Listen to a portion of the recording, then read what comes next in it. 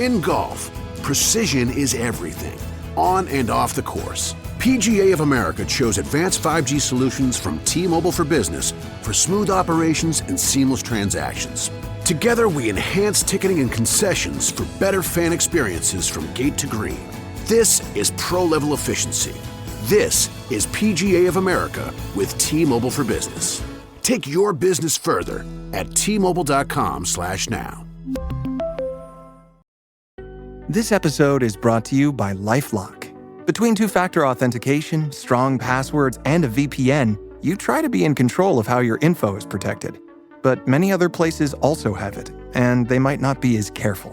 That's why LifeLock monitors hundreds of millions of data points a second for threats. If your identity is stolen, they'll fix it, guaranteed, or your money back. Save up to 40% your first year. Visit LifeLock.com/podcast for 40% off. Terms apply.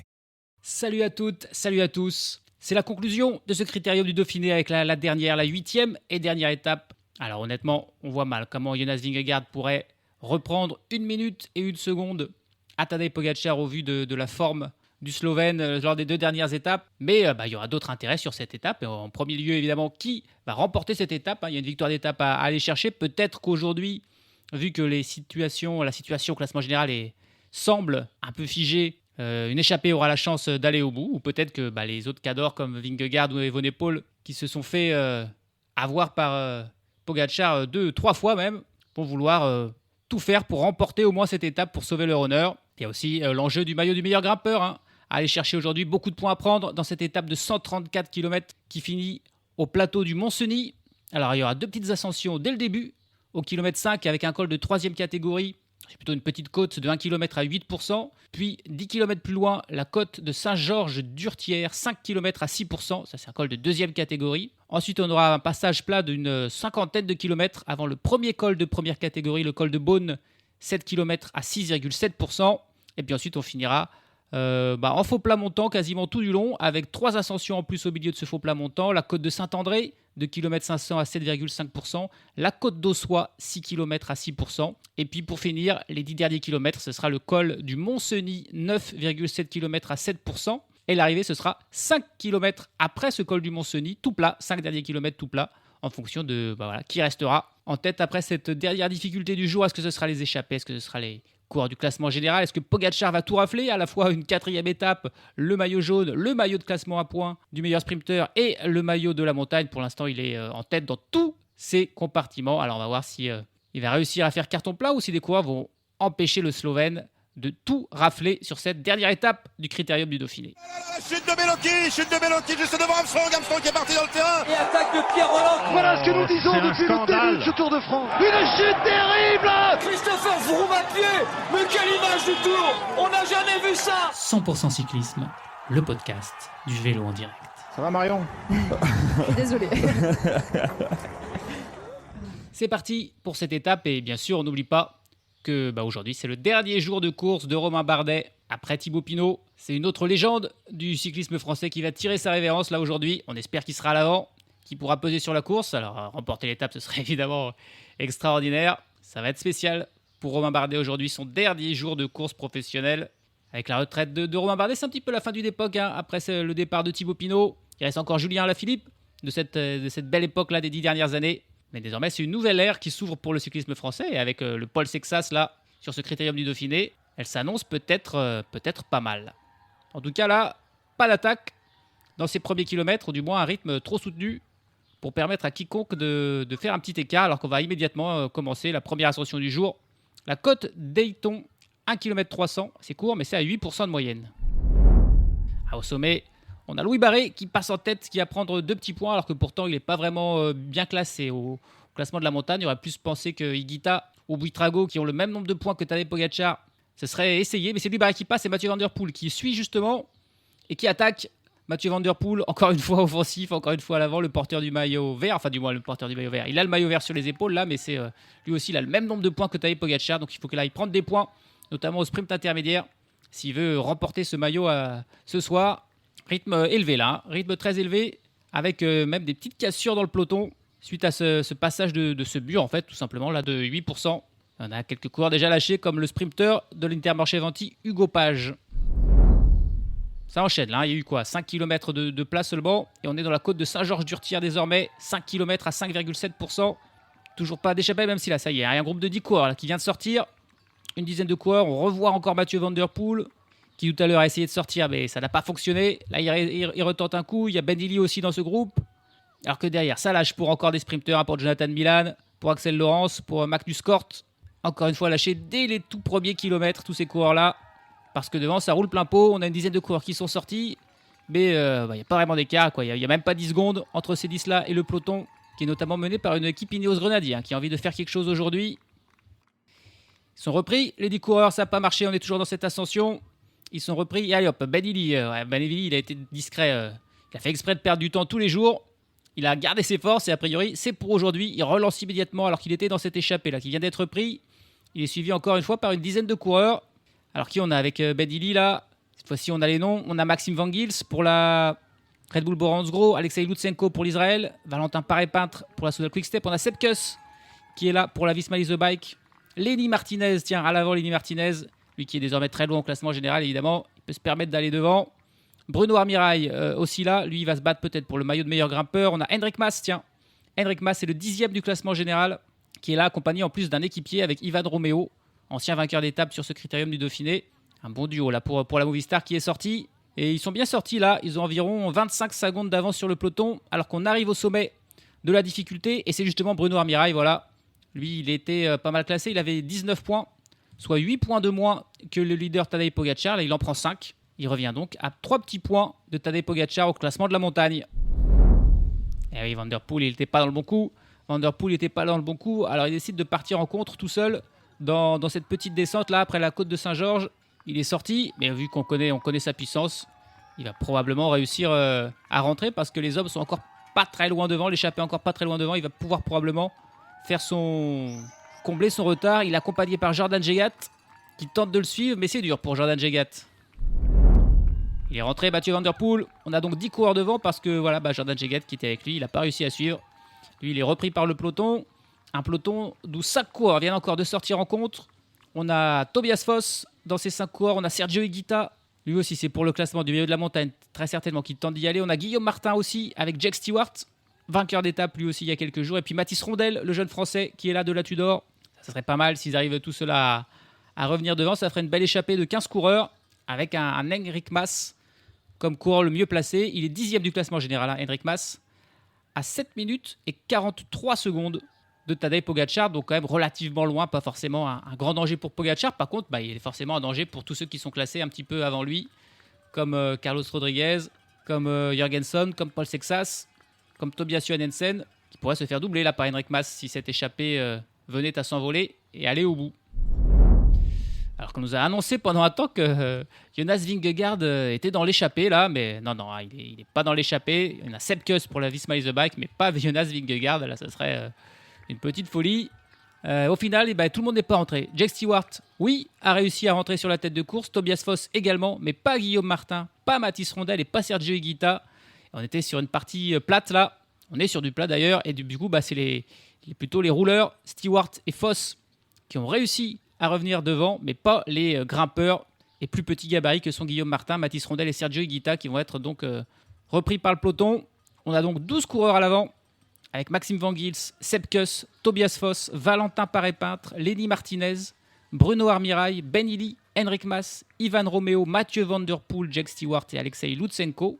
Et ces coureurs ont 3 minutes d'avance désormais sur le peloton. Et il y a encore un coureur intercalé qui a attaqué tout seul et qui tente de revenir tout seul. C'est Julien Bernard pour la Lidl Trek. Il n'est pas très loin, il est à 1 minute derrière les hommes de tête, mais là ça commence à être très compliqué. Là. Il est parti, il y avait déjà pas mal de temps. C'est un gros effort en solitaire que s'impose Julien Bernard. Et pour l'instant, il n'arrive pas à revenir sur l'échappée que le peloton a définitivement laissé partir désormais. Et on s'entend bien devant, 85 km de l'arrivée. Et cette belle entente, ça cause des soucis à Julien Bernard, qui ne va pas réussir. Ça y est, il était bien revenu jusqu'à 50 secondes, mais là il est en train de perdre seconde par seconde. Et il va pas pouvoir rentrer, le français de la Lidl Trek, qui a réagi un tout petit peu trop tard. Et puis dans le peloton, je me demandais qui allait rouler du coup, parce que Pogacar, a priori, la victoire d'étape, c'est bon, il en a assez. Hendrik Mas, c'est pas dangereux pour lui, par contre, dangereux pour des autres coureurs. Et c'est finalement la Uno X Mobility qui se met en tête du peloton, les coéquipiers de Tobias Aland Johannesen, le 5e du classement général, et qui aimerait bien garder sa 5e place, et qui n'a donc pas envie que Henrik Mas parte trop loin. Et pour l'instant, ce sont eux qui commencent à diminuer l'écart, l'écart qui est monté jusqu'à 4 minutes, et qui là est en train déjà de redescendre, suite à ce travail fait par l'Uno-X Mobility, qui, on va pas dire condamne l'échappée encore, mais en tout cas l'empêche de s'envoler. Retour des difficultés avec le col de première catégorie, là le col de Baume. On est parti depuis une 60aine de kilomètres déjà, il en reste encore 80 à faire en gros. Et le col de Beaune, c'est pas facile. C'est pas facile, 6 km 700 à 6,7%, donc c'est pas non plus l'Alpe d'Huez, mais voilà. D'ailleurs, il y a un premier coureur lâché, c'est Jake Stewart pour l'Israël, là qui peut pas suivre. Évidemment, lui c'est un sprinter. Il s'était mis à l'avant, on n'est pas exactement sûr pourquoi, parce qu'il n'y avait pas vraiment de possibilité pour lui de s'en sortir. Il est lâché là, Jake Stewart, c'est le premier. Parmi les échappés, le peloton qui s'est rapproché un petit peu, 2 minutes 25 désormais pour le peloton à la poursuite de ces 12 hommes à l'avant. Et puis quelques abandons déjà avec le sprinter français Emilien Janière qui a abandonné. Tout comme à l'instant, c'est Ludovic Robit, le Belge de la Cofidis, qui tire sa révérence et qui ne finira pas ce critérium du Dauphiné. Bon, et puis malheureusement, pas de Romain Bardet devant. On l'a même pas vu tenter d'attaquer Romain Bardet. Il va passer peut-être le dernier jour de carrière tranquille. C'était hier son dernier barreau d'honneur, ça n'a pas réussi. Aujourd'hui, c'est peut-être plus le moment de faire ses adieux.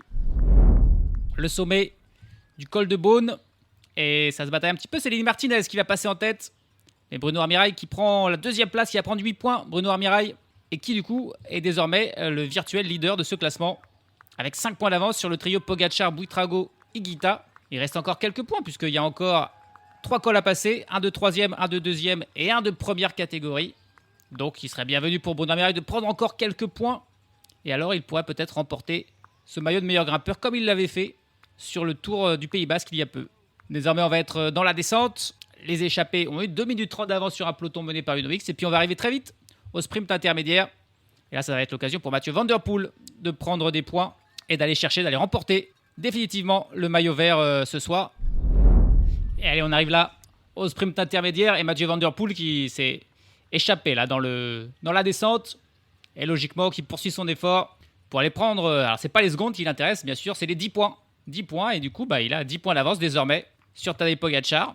Et du coup, ce maillot vert là, du meilleur sprinter du classement par points, le vainqueur sera soit Mathieu Van Der Poel, soit Tadej Pogacar, et ça dépendra du classement final de Tadej Pogacar. Si Pogacar termine dans les 3 premiers de l'étape aujourd'hui, eh bien c'est Pogacar qui remportera ce maillot vert. Et s'il termine au-delà de la 3e place, ça sera pour Mathieu Van Der Poel. La situation est désormais claire pour ce classement annexe. Alors que derrière, c'est Henrik Mas s'est fait un petit peu avoir. Il a pris qu'une petite seconde de bonif. Henrik Mas, dans son objectif de gagner des places au classement général, c'est Alexei Doutsenko qui est passé en 2e position, qui en a pris 2. Et derrière, c'est toujours l'Uno-X Mobility qui roule, l'équipe norvégienne, qui défend la 5e place de Johannesen, alors qu'on aurait pu penser que cette échappée aurait pu aller au bout tranquillement. C'est pas le cas. Et il s'est pas relevé. Mathieu Van Der Poel, il a continué son effort après la descente et le sprint intermédiaire où il a été passé avec 10 secondes d'avance sur les autres échappés. Il continue évidemment. Mathieu Van Der Poel qui continue, ça fait mal. Et désormais, il a 55 secondes d'avance sur ses 10 poursuivants que sont Van Gils, Kuss, Foss, Paré-Peintre, Martinez, Armirail, Illy, Mas, Romeo et Lutsenko. Et là, il attaque la difficulté de la côte de Saint-André, 2 km 500 à 7,5%. Et il est seul en tête, encore une fois, 46 km de l'arrivée. Est-ce qu'il est parti pour un numéro dont on a l'habitude de le voir faire plutôt sur les classiques, les courses d'un jour? Est-ce qu'il va être capable de tenir peut-être le peloton à distance, le peloton qui est à 2 minutes 40 derrière, mené par toujours, il n'y a que la Uno-X Mobility qui travaille pour l'instant dans ce peloton. Et puis, si on faisait quand même un petit focus sur notre ami Romain Bardet, puisque c'est son dernier jour de course. C'est quoi la carrière de Romain Bardet, le coureur de la Picnic Postenel, qui a signé pro en 2012? C'est sa 14e saison professionnelle. Il a commencé bien sûr à G2R la mondiale en 2012. Il y est resté 8 ans avant de rejoindre la team DSM en 2021, devenue depuis la team Picnic Postenel, où il est resté 5 ans. Et Romain Bardet, il compte pas tant de victoires que ça dans sa carrière. Seulement 11 victoires dans sa carrière pour Romain Bardet. Sa première, c'était le classement général du Tour de l'Ain en 2013. Il a ensuite emporté la Valence Drôme Classique en 2014. Une étape du Critérium du Dauphiné, justement, il s'était imposé. C'était sa première victoire World Tour en 2015. Et puis ensuite, il remportait des étapes sur le Tour de France. La 18e étape du Tour de France en 2015. en solitaire devant Pierre Rolland. La 19e étape du Tour de France 2016 en solitaire devant Joaquín Rodríguez. Et la 12e étape du Tour de France 2017 en solitaire avec 2 petites secondes d'avance sur Rigoberto Urán. Ensuite, il remportait l'Ardèche Classique en 2018, une étape du Tour de Burgos en 2021. Et puis, il remportait une étape de la Vuelta, là aussi en 2021. Encore une fois en solitaire, il devançait de 44 secondes Rezou Serrada.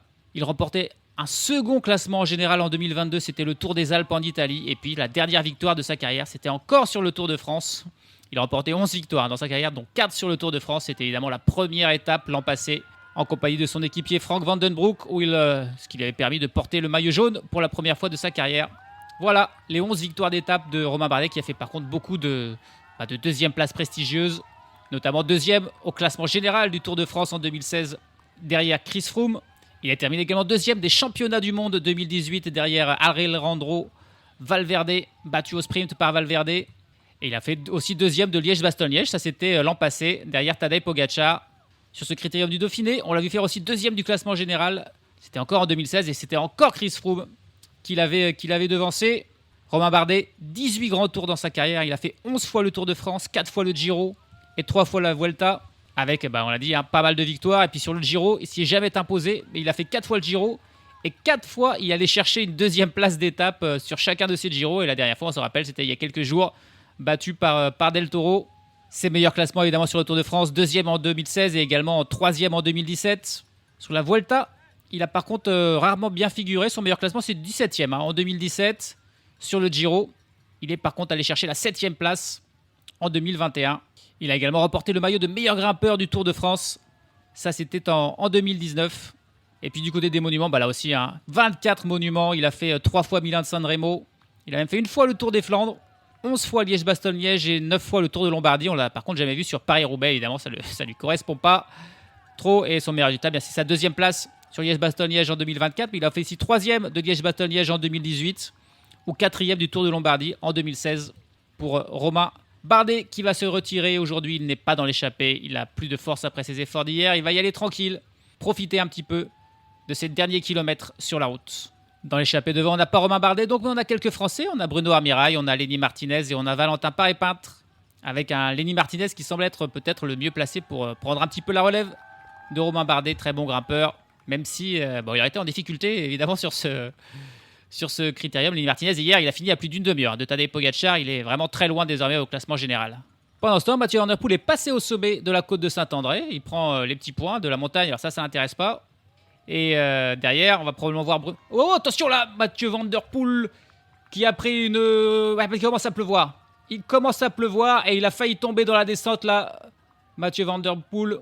Oh, il a dû poser le pied à terre et il a réussi à maintenir l'équilibre. Van Der Poel, évidemment, c'est un petit peu l'artiste du cyclocross, du VTT. Donc il n'est pas tombé, mais c'était chaud.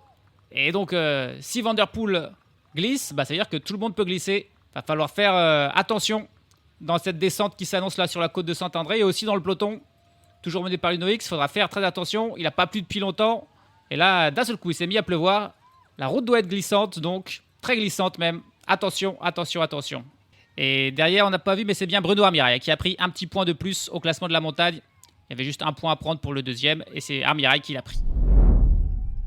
Les écarts qui sont stables là, ça fait plusieurs vingtaines de kilomètres qui sont les mêmes en gros. Mathieu Van Der Poel qui est 1 minute et 10 secondes d'avance sur ses 10 poursuivants et le peloton qui est toujours à 2 minutes 40 derrière et toujours mené par Uno X qui plaisante pas. Il y a quoi, 50 coureurs encore dans le peloton, c'est tout.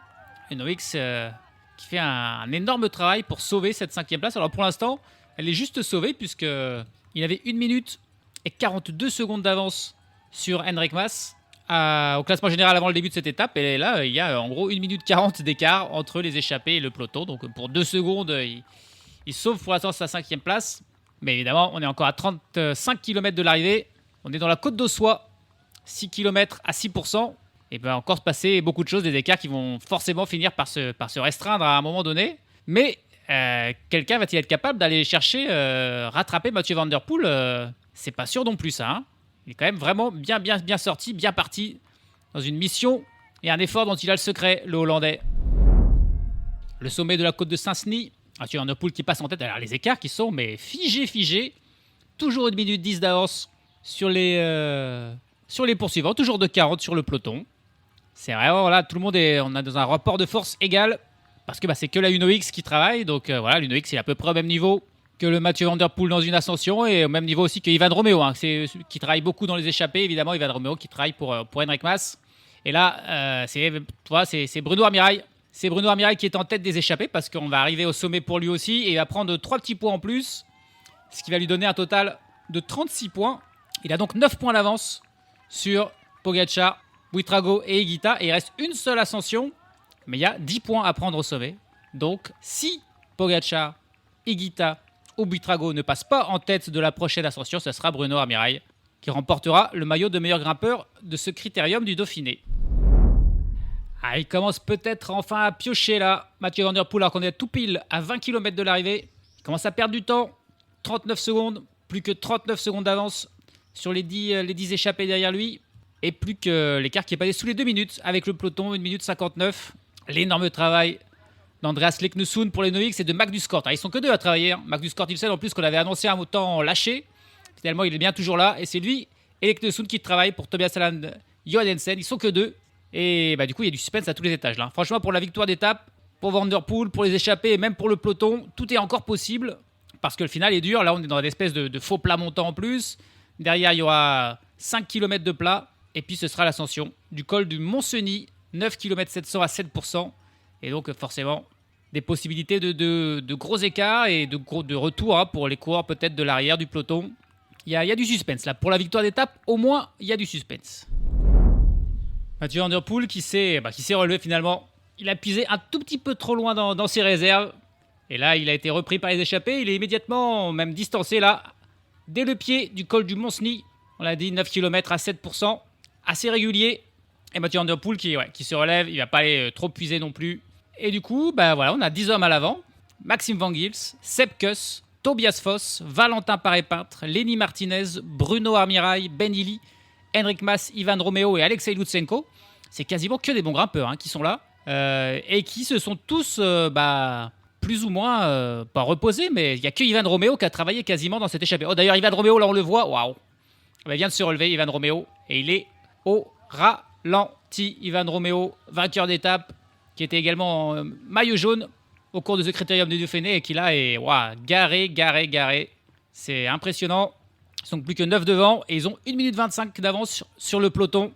Toujours amené par Leknesund et Magnus Cort. Mais je pense qu'eux aussi, ils vont faire une Romeo, à savoir, ils vont se garer et terminer à 2 à l'heure. Et j'ai l'impression que Romain Bardet, qui est toujours là, dans ce peloton maillot jaune, est en train de se relever. Il va faire sa dernière ascension de sa carrière. Il va la faire tranquillement, profiter des applaudissements. Il va le faire en compagnie de Chris Hamilton qui l'attend et voilà. Et il va le faire à son rythme, profiter d'une dernière ovation. Il va pas essayer de se mêler à la lutte pour la victoire d'étape. Ça va être une belle dernière ascension pour lui, mais loin de la tête. Alors que dans les échappées, ça commence à exploser. Ça a lâché pour Armirail, ça a lâché pour Tobias Foss.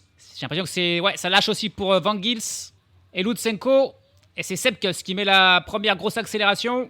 Il est parfaitement suivi par Lenny Martinez dans sa roue, Ben Illy, Enric Mas et Valentin Paré-Peintre. Ils sont plus que 5 en tête d'un coup.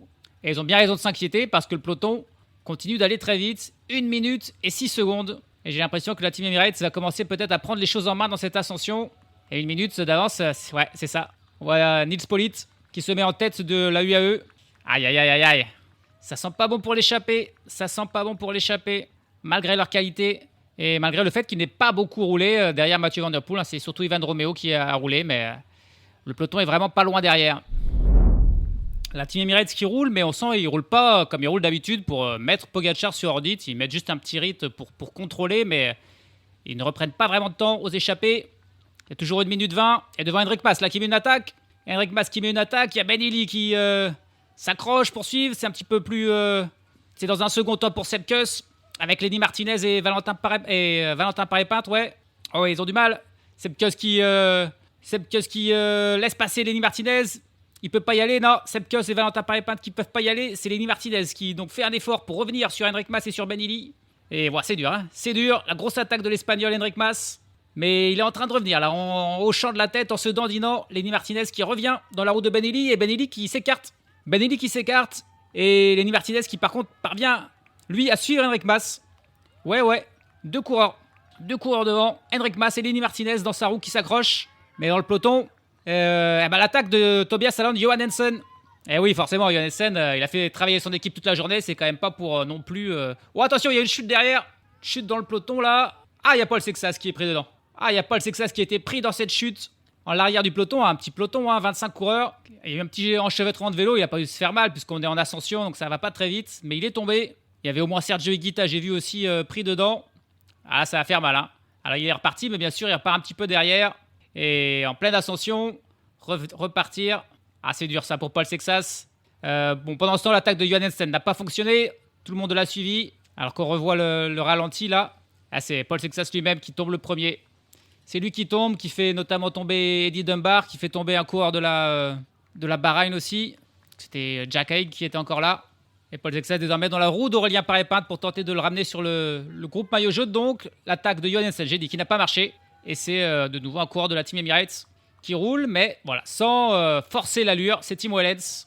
Il n'y a plus qu'une dizaine de coureurs désormais dans ce groupe maillot jaune, avec Johannesen, avec Vingegaard, avec Jorgensen, avec Evenepoel, avec Lipovitz. Carlos Rodriguez est encore là, je crois que Guillaume Martin aussi.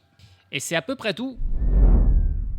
Attention, l'attaque là de Remco Evenepoel, qui a suivi un mouvement initial là encore par Johannesen. Vingegaard immédiatement dans sa roue, Pogacar aussi.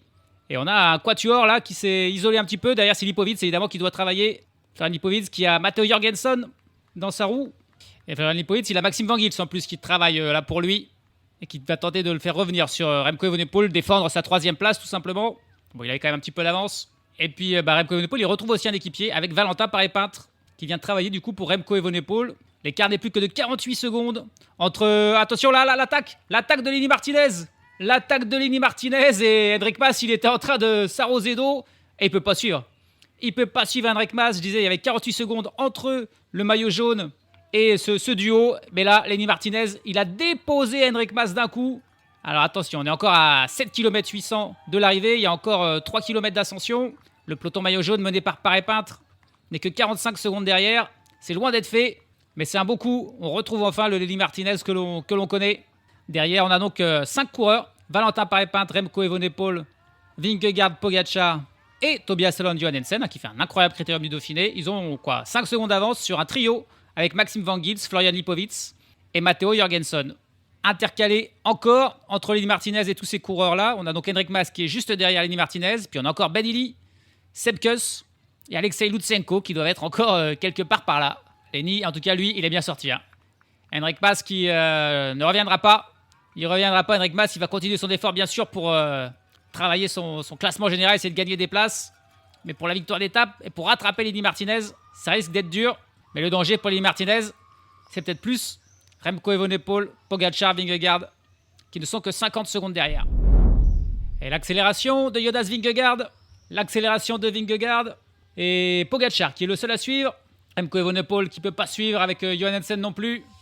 Et on retrouve le duo, le fameux duo Pogacar-Vingegaard là, qui est parti. Evenepoel et Tobias Aland Johannesen qui sont juste derrière, mais qui sont en train de se faire distancer avec Valentin Paré-Peintre là, qui se garde complètement. Et ils sont partis. Vingegaard et Pogacar, ils collaborent. En plus, la Pogacar qui passe un relais. Mais Lenny Martinez, il a quand même 40 secondes d'avance. Il n'y a plus qu'un kilomètre d'ascension. Est-ce qu'il va le faire? Est-ce qu'il a encore du jus? Est-ce que les deux autres vont se livrer à fond pour tenter de revenir dessus sur lui? C'est pas sûr. Ils sont en train de revenir là sur un trio.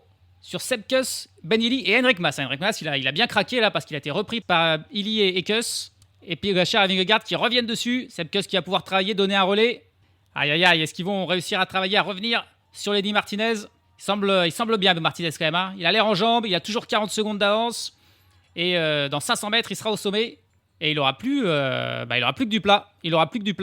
Et derrière, Remco Evenepoel, il est pas très loin. Il tente de revenir là sur les 5 hommes, avec Pogacar et Vingegaard. Il n'y arrive pas. Et allez, Vingegaard et Pogacar qui accélèrent à leur tour. Sepp Kuss qui aura fait finalement qu'un tout petit relais. Un tout petit relais. Et ils sont de nouveau plus que 2 devant. Ouais, ça lâche pour Ben Illy et Mas aussi. Mais ils ne reviendront pas. Il est presque au sommet. Lenny Martinez, il garde cet écart là de 45 secondes. Plus que 5 km. Mais c'est du plat. Ça devrait le faire. S'il n'a pas de pépin mécanique. Lenny Martinez qui va peut-être s'imposer et sauver magnifiquement son critérium du Dauphiné. Incroyable ce Lenny Martinez, capable bien souvent du meilleur et parfois d'être absent, d'être inconstant. Et puis à noter qu'au classement intermédiaire, vu que Lenny Martinez passe en tête, c'est bon pour Bruno Armirail. Bruno Armirail qui va être meilleur grimpeur de ce critérium du Dauphiné. Par contre, pour le maillot vert, c'est pas bon pour Mathieu Van Der Poel parce que Pogačar devrait faire 2 ou 3e derrière Martinez et en lutte avec Vingegaard pour la 2e place. Et donc ça devrait être Pogačar qui va remporter le maillot vert et pas Mathieu Van Der Poel malgré tous ses efforts. 2 km de l'arrivée pour Lenny Martinez qui perd un petit peu de temps, mais il a encore 30 secondes. 30 secondes d'avance sur le duo Pogačar-Vingegaard. Ça devrait le faire vraiment pour Lenny Martinez, mais c'est à l'arraché. C'est à l'arraché. Et il a bien de la chance que Pogačar et Vingegaard ne se livrent pas vraiment non plus, ne se battent pas pour se prendre du temps l'un l'autre. Vingegaard, il a compris qu'il ne pourrait pas rattraper Pogačar. Pogačar, il a suffisamment d'avance, il ne s'inquiète pas et il n'est clairement pas en mode poursuite. Il passe quelques relais, mais sans trop insister. Ça profite. Ça profite à Lenny Martinez. Et derrière le duo Pogačar-Vingegaard, on a le groupe là avec Remco Evenepoel, avec Lipovic qui est revenu dessus, avec Henrik Mas, avec Johannesen, Sepp Kuss et Ben Illy. Et la flamme rouge pour Lenny Martinez, déjà vainqueur d'une étape sur Paris-Nice cette année et sur le Tour de Romandie. Et encore une victoire sur une étape, d'une course par étape pour le Tour. C'est quand même pas rien ce qu'il fait. Je vous ai dit tout à l'heure le palmarès de Romain Bardet par exemple. Et dans sa carrière, à part ses victoires sur le Tour de France, c'est quand même pas rien, mais il a remporté qu'une seule victoire dans sa carrière sur une course par étape pour le Tour, c'était une étape du Critérium du Dauphiné. Et à 21 ans, et en l'espace de 6 mois, là, Lenny Martinez, il en a déjà remporté 3. Donc c'est pas une mince performance qu'est en train de faire Martinez, qui va s'imposer, c'est sûr. Pogačar passe des tout petits relais. On le voit là, et limite en balade, Pogačar passe des relais histoire d'eux pour pas énerver Jonas Vingegaard, mais il essaie clairement pas de revenir sur Lenny Martinez. Et le Français qui va pouvoir aller s'imposer. Encore une fois, inconstant au classement général, Lenny Martinez. Malheureusement, il a des jours sans, de manière un petit peu étonnante. Et puis, il a des jours d'éclat incroyables. Et aujourd'hui, c'était un jour d'éclat parfaitement géré. Il a déposé Henrik Mas, meilleur des échappés. Et il vient s'imposer.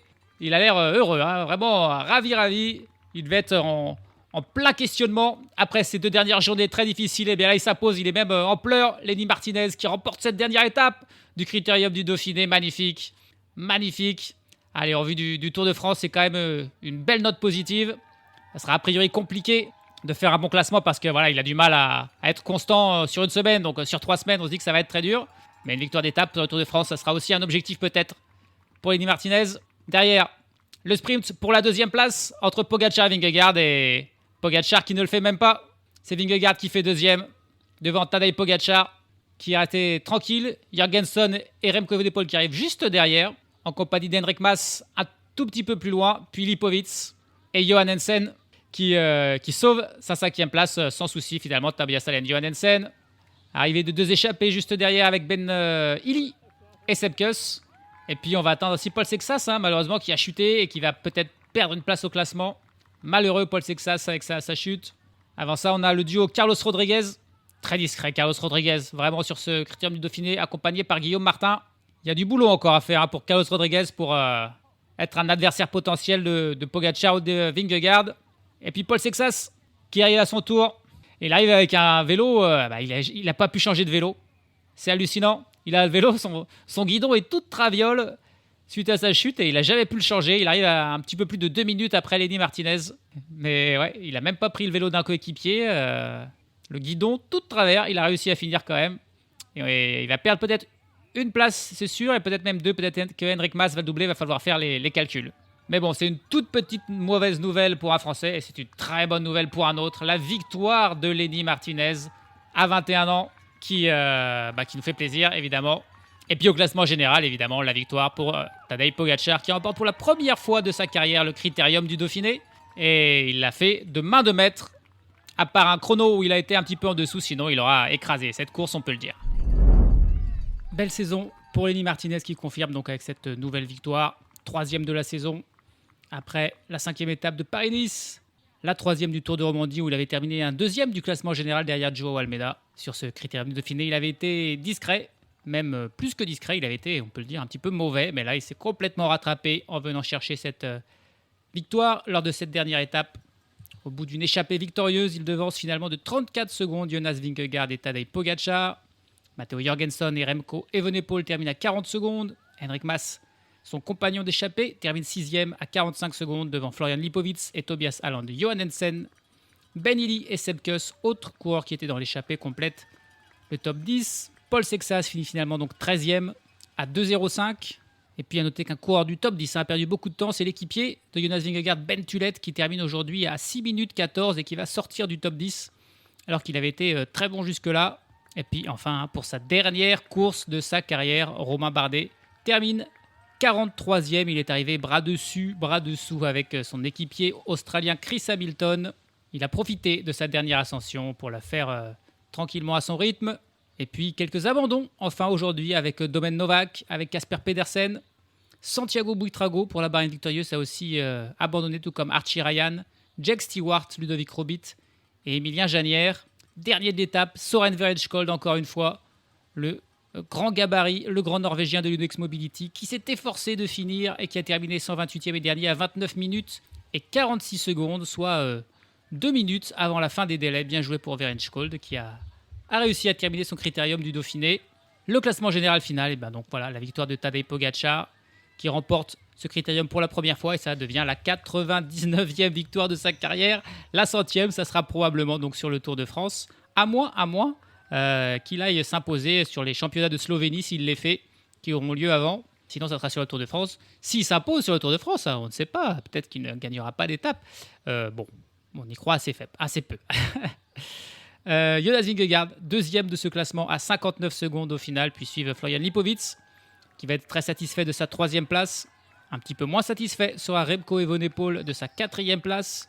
Tobias Haaland Johannesen, lui, peut être content. Il termine cinquième de ce critérium du Dauphiné, le Norvégien, devant Matteo Jorgensen, sixième. Henrik Mas fait quand même une belle opération puisqu'il monte de la 10e à la 7e place et double notamment Paul Sexas qui est le perdant, qui chute de la 6e à la 8e place.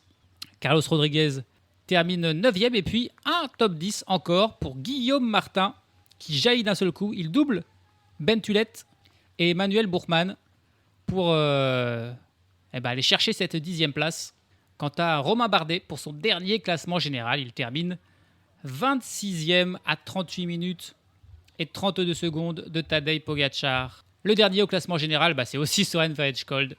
Le sprinter norvégien termine à plus de 2h05 minutes et 24 secondes du vainqueur slovène. Un vainqueur slovène qui va frustrer Mathieu Van Der Poel, qui finalement, malgré tous ses efforts, n'a pas de victoire d'étape pour Van Der Poel et pas non plus de maillot de meilleur sprinter. Il termine avec le même nombre de points que Tadej Pogačar, 79. Mais ensuite, c'est le classement général qui fait foi. Et c'est donc Pogačar qui remporte ce maillot vert devant Mathieu Van Der Poel et Jonas Vingegaard. Remco Evenepoel et Florian Lipowitz complètent le top 5. Par contre, Bruno Armirail résiste à Tadej Pogačar. Il a dû aller en prendre des points. Il a 36 points. Pogačar termine deuxième avec 33 points. Mais c'est bien Armirail qui remporte le maillot de meilleur grimpeur de ce critérium. Classement du meilleur jeune, Florian Lipowitz a défendu de bien belle manière son maillot. Et il devance Remco Evenepoel de 1 minute et 43 secondes. Paul Sexas est troisième devant Carlos Rodriguez et Ben Tullet qui font aussi partie de ce classement de meilleurs jeunes mais qui finissent un peu plus loin. Et puis au classement par équipe, c'est la Team Visma Isobike qui est largement devant la Decathlon AG2R et la Bahrain Victorious. Preuve de la supériorité de cette équipe, mais pas de Vingegaard. La Team Emirates, elle, n'est que 5e de ce classement par équipe. Et bien voilà, c'était le critérium du Dauphiné. On n'a pas eu la bataille tant attendue car Pogačar était un petit peu au-dessus. On espère que sur le Tour de France, les écarts seront moins grands et qu'il y aura un petit peu plus de suspense. Par contre, on a eu des belles victoires d'étape avec du suspense pour Lenny Martinez. Celle de Ivan Romeo aussi était jolie. Et puis désormais, on va se tourner vers le Tour de Suisse. C'est le Tour de Suisse qui s'enchaîne immédiatement avec le critérium du Dauphiné. Autre course par étape pour le Tour. Alors forcément, avec un plateau un petit peu moins fourni, puisque si Pogačar, Evenepoel et Vingegaard sont là, ils ne sont pas sur le Tour de Suisse. Ce qui veut peut-être dire aussi qu'il y aura un petit peu plus de suspense pour la victoire finale. On va suivre ça dès maintenant, dès demain, sur 100% Cyclisme. Salut à tous, salut à toutes, et salut à Romain Bardet.